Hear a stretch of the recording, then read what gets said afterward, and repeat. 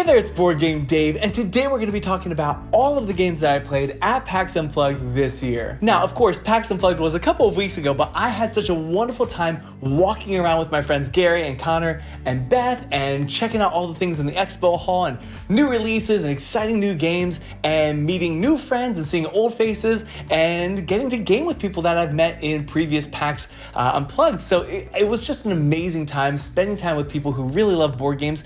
And also, of course, I was able to log 23 plays of 15 different games, 11 of which were new to me. So we're talking about all of those games that I played right now. Oh, and speaking of conventions, actually, the next convention I'm going to be at is the Level Up Retreat in Woodbridge, New Jersey from February 2nd to 4th, 2024. Now, I don't know too much about Level Up Retreat. I've never been, but Alex Radcliffe from Board Game Co. was kind enough to reach out to me and offer me a VIP badge. So as a VIP, I'm going to be there with a whole bunch of other people and a lot of gamers.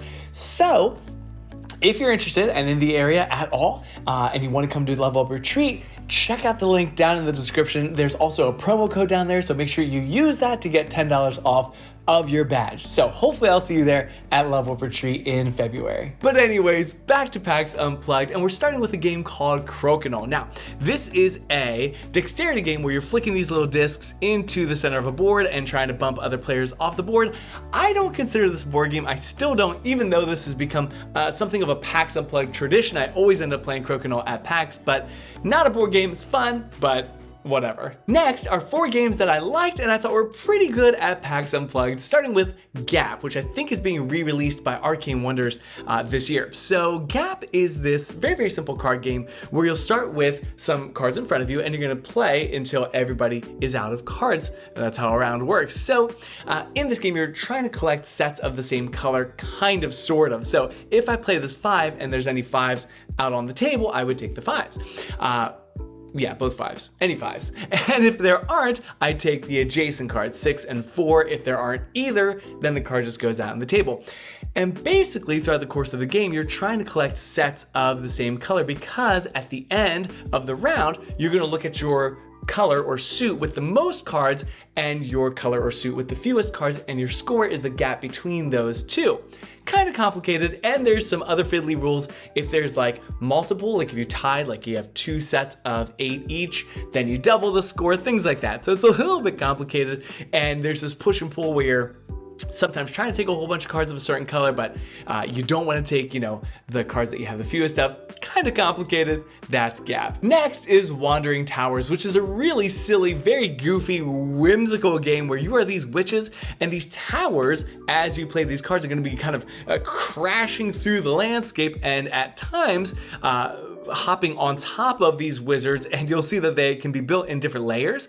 So if I move this tower 1, 2, 3, 4 spaces, that one tower piece would block or pile on top of the green and yellow player pieces. And the whole point of the game, as abstract and confusing as this is to get your wizards inside this dark tower. The first person to do that and fill all their potions wins. And you fill potions by dropping a tower onto other players or yourself, I believe, and that's how you fill your potion bottle, which I found very disturbing and problematic that you're filling, I was the red player, maybe that's why. I was filling these red potion bottles with, I don't know, some sort of bodily fluids as I stomp a giant tower on top of other wizards. I don't know. It seems like it's filled with blood or whatever. I assume that's not the case. This is a kid's game for ages 8 and up.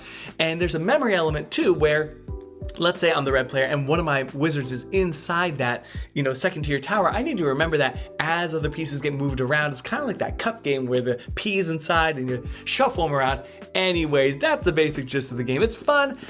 I thought it was enjoyable, but it was also kind of late and I thought it was okay, but nothing super compelling for me personally. Next was Delicious, a very beautiful flip and write game that our friend Connor had brought from home and taught us. This is a fairly new game from 2022. Again, lovely art by Clementine Campardu, it says.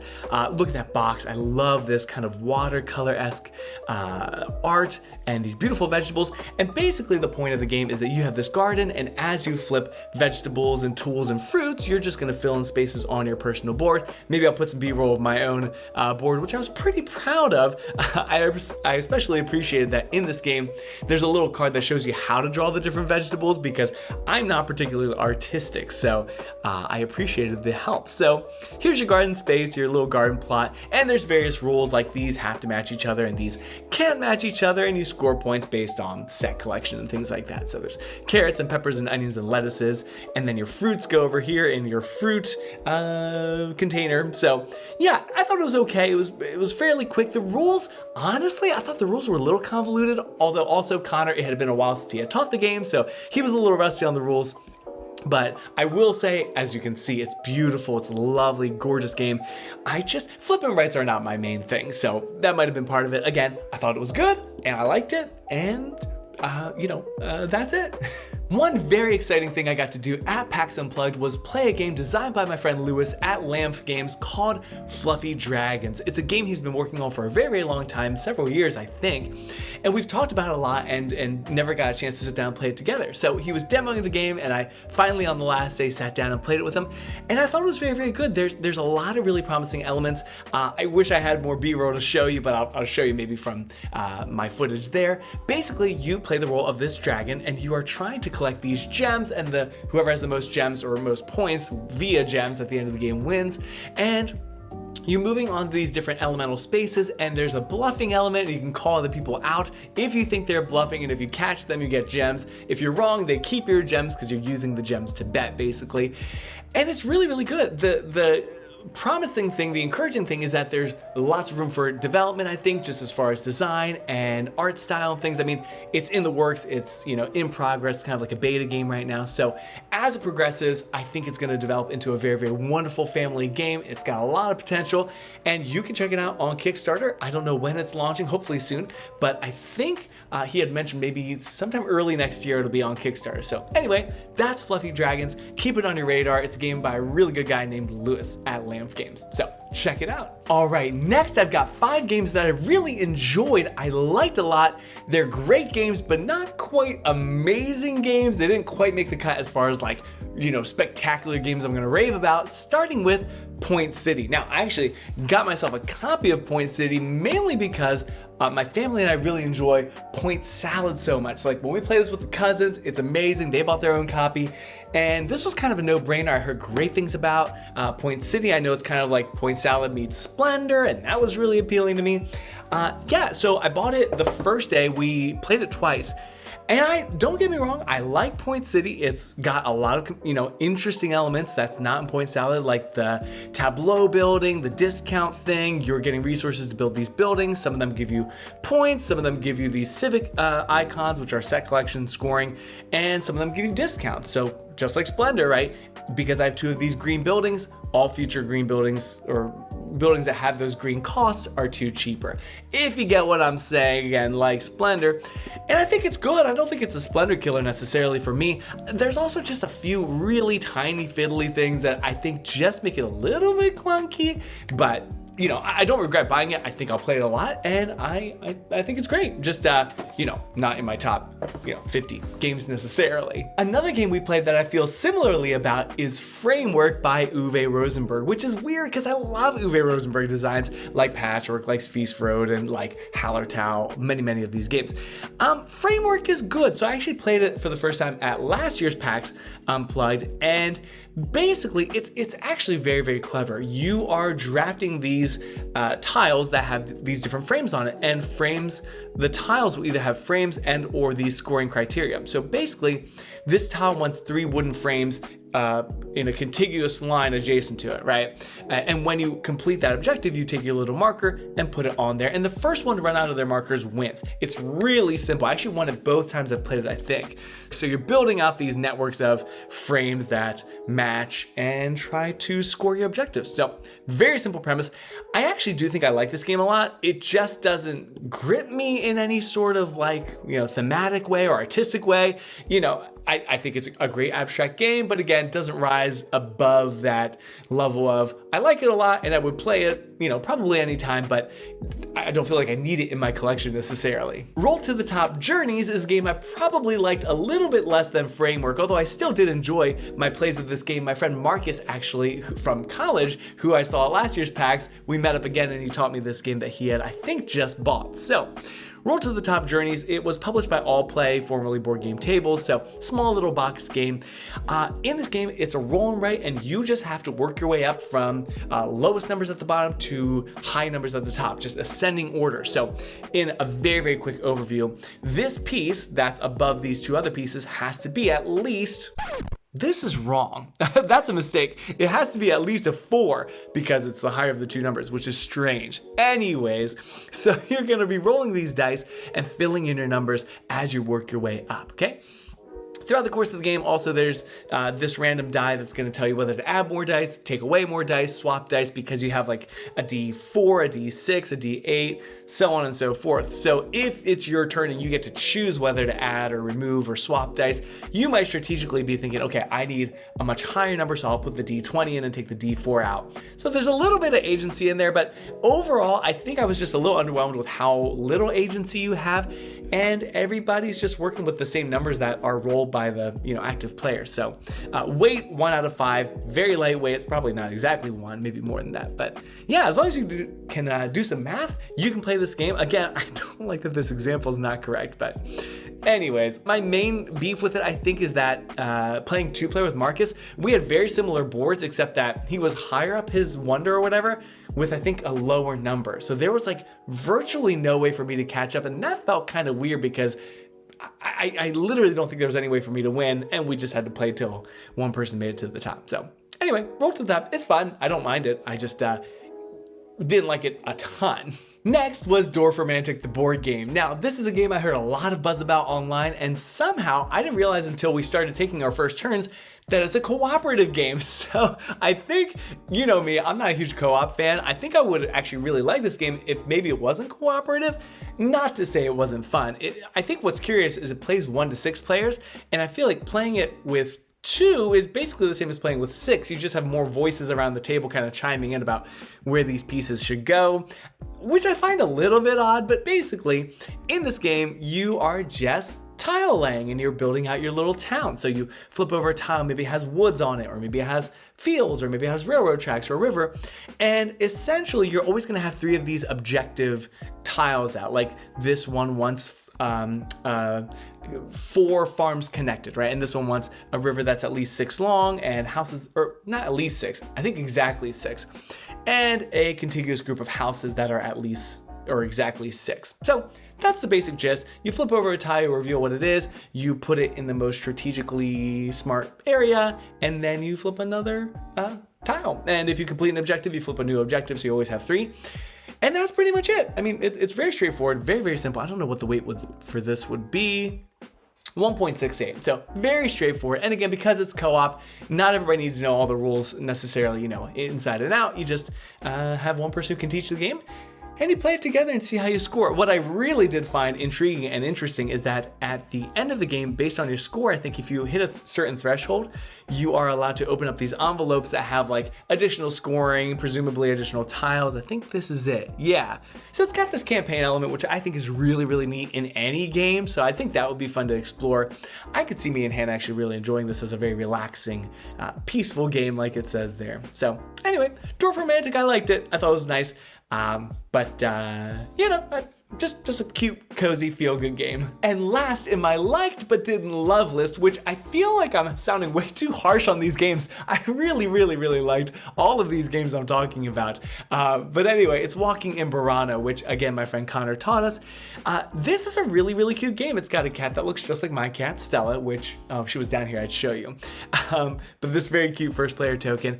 And essentially you are just drafting, or maybe not drafting, taking these building pieces from the display and adding it to your hand, and then eventually putting them into your tableau, this little neighborhood, this little street of buildings. So out in front of you, you're gonna see a grid like this with 15 available building pieces, and you have to work your way down, and you can get lots of coins and few cards, or lots of cards and few coins, because you have to pay coins to build each segment of your house. So that's the basic gist. As you complete all 3 floors, you can take these visitors or tourists or other professions in the city, and they'll come and kind of hang out here below each building, and they'll score for like house plants in that building, or cats, or the number of tourists out front, or different shops, or chimneys or whatever. Santa Claus wants the most chimneys or something like that. So it's very, very fun. Here you go. This is an example of kind of mid-game, 1 point per flower, 1 point per house plants, things like that. So it's set collection, it's building up your little city. It's cute, it's fun. I really did enjoy this game a lot. But again, didn't find it something that I would want to play every day or felt like I need to buy, but it's walking in Burano. Really cute. Lovely game. All right, now we're getting into some truly great family games, starting with Mycelia, which was getting a lot of traction and attention at PAX Unplugged, as were all the other mushroom games that were coming out. Another Mycelia, a Mycelium, and Undergrow from AEG. So lots of mushroom games right now, but this is my copy that was sent to me from Ravensburger after my first one got stolen, which I went on already about in my unboxing. But Mycelia, wonderful game. I had actually not played it prior to PAX because I had just received my copy. So we played it at the demo booth. It was so much fun. They did a great job with the demo booth. We sat on these like toadstool mushrooms and everything was just wonderful. But we played it. We instantly thought it was a fantastic game. My friend Connor bought a copy. So then later that weekend, we actually played his copy. He busted it out and we played it. And I have played it 10 times in 10 days. That's how much I've liked this game. So I have been absolutely so enthused and just really into this game. So essentially, without going too much into it, it's a deck builder game, and you're going to be acquiring better and better cards that are going to help you.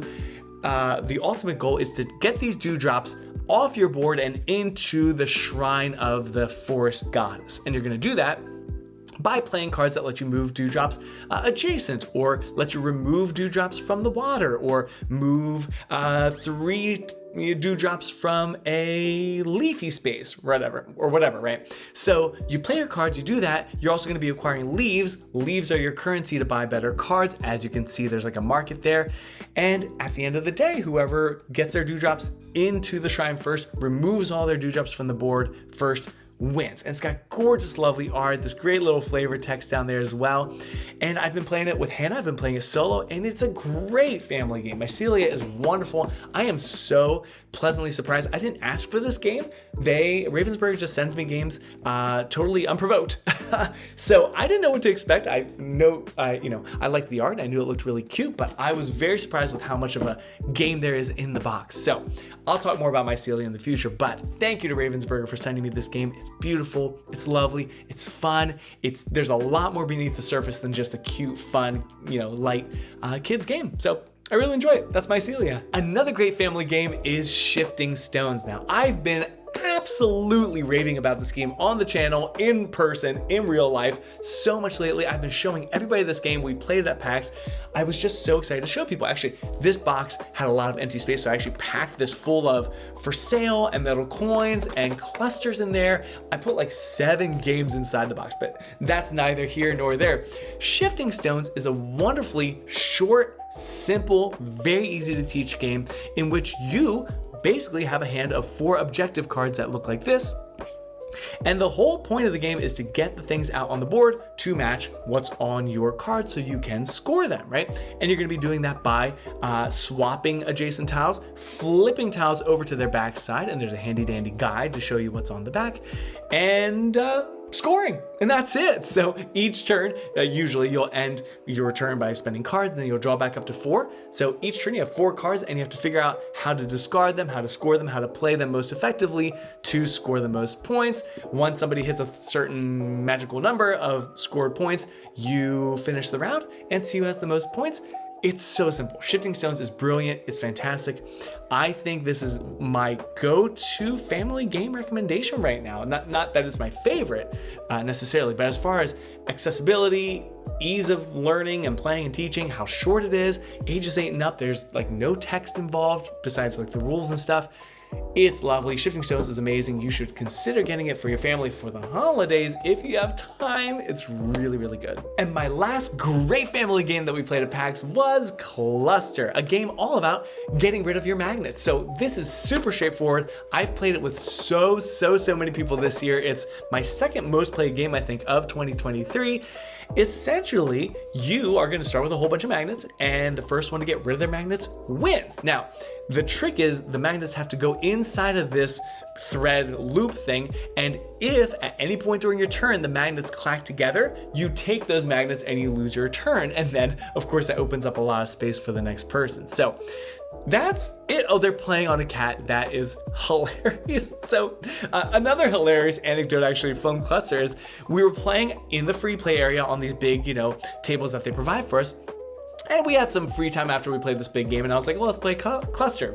I don't think anyone had played. So we were playing and having all kinds of fun, but we were finding that the magnets were doing something very weird, and we were like, man, it's just funny the way magnets kind of like interact with each other, because they would slide and then instantly stop in this weird, seemingly random spot. So we were just going on about how strange it is and enjoying playing the game. And then eventually we were like, okay, this is very strange the way these magnets are behaving. And I think we had dropped a magnet. And while we were down there, we realized underneath the table are these big heavy metal rivets or whatever. So the magnets were pulling and stopping right over these metal screws. So avoid that if you can, but otherwise Cluster is so much fun. We played it at Thanksgiving. I played it with my nieces. It's just wonderful fun. Ages, I don't even know what it says in here. Ages 14 and up. Okay, but community says 6 and up. Literally, I mean, anybody can play this game. Kindergarten can play this game. So Cluster, it's great. It's magnets. Super fun, great family game. And now we come to my two favorite games from PAX Unplugged. Now these are both heavier games, which tend to go higher in my rankings, so take that with a grain of salt, but they're heavier Euro games, starting with a game called Symphony No. 9. Now, this is not a new game. It's about 5 years old. It's a Korean release, I believe, and my friend Connor finally was able to get his hands on it. So this is a rare example of a classical music themed game, and as a classical musician and music teacher, I loved the theme of this game. It's just dripping with theme, kind of, although it's kind of abstract. But in the game, you've got these fantastic, infamous, and famous composers like, where are they? Beethoven, Haydn, Handel, Bach. You've got Schubert, and you've got, is that Haydn down there? Who is that? Mozart, I presume. Yes, is down there at the bottom. And throughout the course of the game, again, it's fairly abstract, but you are these patrons of this European society where we are trying to put on these concerts and get some money and kind of curry favor with these different composers and earn their patronage or whatever. So throughout the course of the game, there's several phases, but from what I remember, the basic gist is you go around and you acquire these cubes, and that kind of symbolizes your influence, your chumminess with these different composers. First round's free, then you have to start paying for these cubes, okay? Next, whoever has the most influence in each of these composers is gonna get a token that has their face on it, which will be important later. And then later on, we're gonna put on a concert, or one of 3 different concerts, I suppose.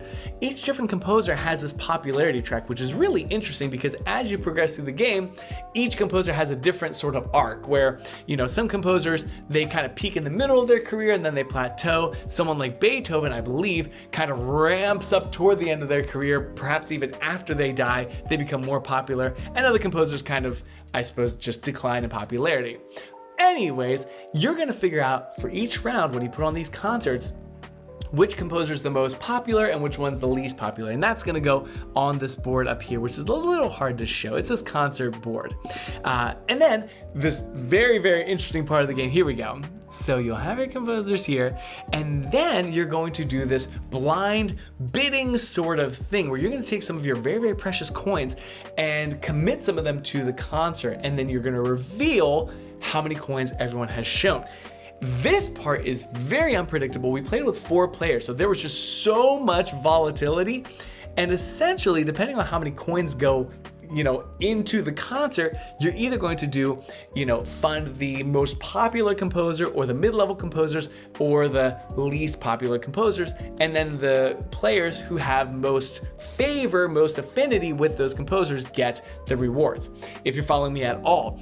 The funny part and the very interesting and I guess thematic part of this whole bidding auction thing is, if you spend way too much money, there is no concert. The plebeians, the normal everyday workers revolt. They are appalled at how much money you're throwing away for these lavish concerts. They don't like it, so there's no concert. Or if everyone's being really stingy and you reveal less than 8 coins, then there's no concert because nobody funded the concert. So we had this really bizarre thing happening where I think the first 3 rounds, maybe, there were no concerts. It was just hilarious. I think we were always overblowing it for some reason. Anyway, and then, oh my gosh, last thing I'll say really quickly is that each composer, as you take their tokens, is also endgame scoring, and each composer scores for a various criteria, like most concerts put on, or most furniture that you've sold, which is so random, or most deceased composers, or things like that. It's a bit of a heavy game, but it's also very fun. It's very, very player interactive, and I liked it a lot. So that's Symphony number 9. Who would have thought I'd be playing that at PAX, but I really enjoyed it. And finally, what was perhaps my favorite game from PAX Unplugged was the Fox Experiment. Now, this was not a game that was at PAX anywhere, but my friend Connor had just received his Kickstarter Deluxe copy, so he brought it with him, and we had a chance to play it in the free play area. This was a great, wonderful game, co-designed by Elizabeth Hargrave from Wingspan fame. Wonderful art, wonderful theme. You are basically trying to domesticate foxes based on a true 20th century experiment by these 2 Russians, I believe.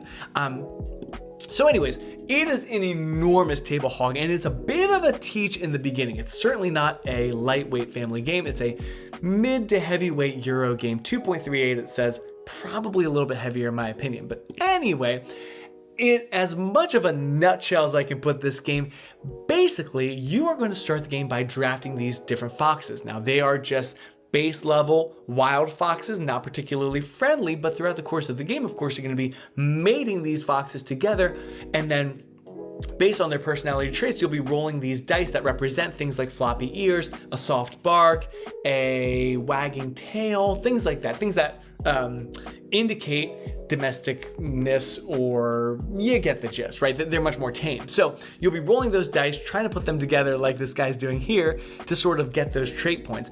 And the really neat thing is each player has these writable cards, and you're gonna take your new fox kitten, pup, I guess, pup, and you're gonna go ahead and give it a name like this, and then mark what traits it has. Really interesting already, right? So you're writing up on this card. Now, that card's gonna score you for basic objectives, for domestication and stuff like that, but the really amazing part, and this is the part of the game where I was like, okay, all right, this is really, really clever and very unique. Everyone's gonna take all their fox pups that they bred, and those are going to go into the new supply, the market row that you draft from. So the very next round, you're going to be drafting those same fox pups and then creating the next generation. So you'll take 2 more domesticated foxes and then breed them together, and you'll have more dice to roll and hopefully more traits for your next pup, right? And then that pup gets a friendliness score, which goes up here in the top right corner of like 8, right? And then that pup goes back into the middle, and then the third round, you're drafting that second generation and making the third generation. And by the end of the game, you've got fox pup friendliness scores of like 14, 15. They're like basically house pets, right? And of course, along the way, you're unlocking these bonuses on your board, and you're unlocking these endgame scoring objectives and fighting for player order, which gives you different benefits. The whole first player thing is really interesting as well. The player who has the most friendly pup in each round gets scoring, and everyone else gets kind of like a little mitigation consolation prize. There's a lot to explain, but it is very, oh, fart! Don't name your fox pup Fart. Jiffy, Lacey, Luby, Olga. I used my pet's name, I used my friends' names. It was a blast. And there's something really fun and satisfying about writing physically on an actual card, naming the fox pup, and then that card going into the game as a playable card, basically. I think that's so fascinating, and it represents the theme of the game really, really well. It's got so many mechanisms. Oh my gosh, dice rolling, endgame bonuses, open drafting. There's a solo mode, turn order, claim auction. There's a lot going on, but I really enjoyed it. I am hoping we can play it again soon. Maybe on Tuesday we'll play it again. So anyways, That's the Fox Experiment. Really fantastic Kickstarter game. If you missed it, I don't know if you can late pledge it or get it on the secondhand market, but you should check it out. It's really, really good. And there you go. Those were the 15 games that I played at PAX Unplugged this year. Some fantastic games, some great games, some really good games, all sorts of games, light games, family games, heavy games, all that stuff. I did also, by the way, want to mention, I did get a copy of Sabotage from the designer Eric Chen, who was kind enough to hook me up with a copy of this game, which Hannah and I have already played. We're hoping to do a boba tea date night with her sister and me and Hannah. So anyway, Sabotage, there you go. But anyway, PAX was lovely as always. Great times, great fun, lots of games, good food at Reading Terminal, and it's an amazing experience. So I really love PAX Unplugged. It is my favorite convention thus far, although again, I'll let you know in February all about Level Up Retreat, and I will report back and let you know how Level Up Retreat is. So if you want to see me there, or Alex Radcliffe, or Professor Meg, or any of the many, many, many VIPs and other people who will be there at Level Up Retreat, make sure you're checking out that link in the description and using that promo code below. So, in the meantime, I will let you go. Have a wonderful week. Take care and happy gaming. I'll catch you later. Bye.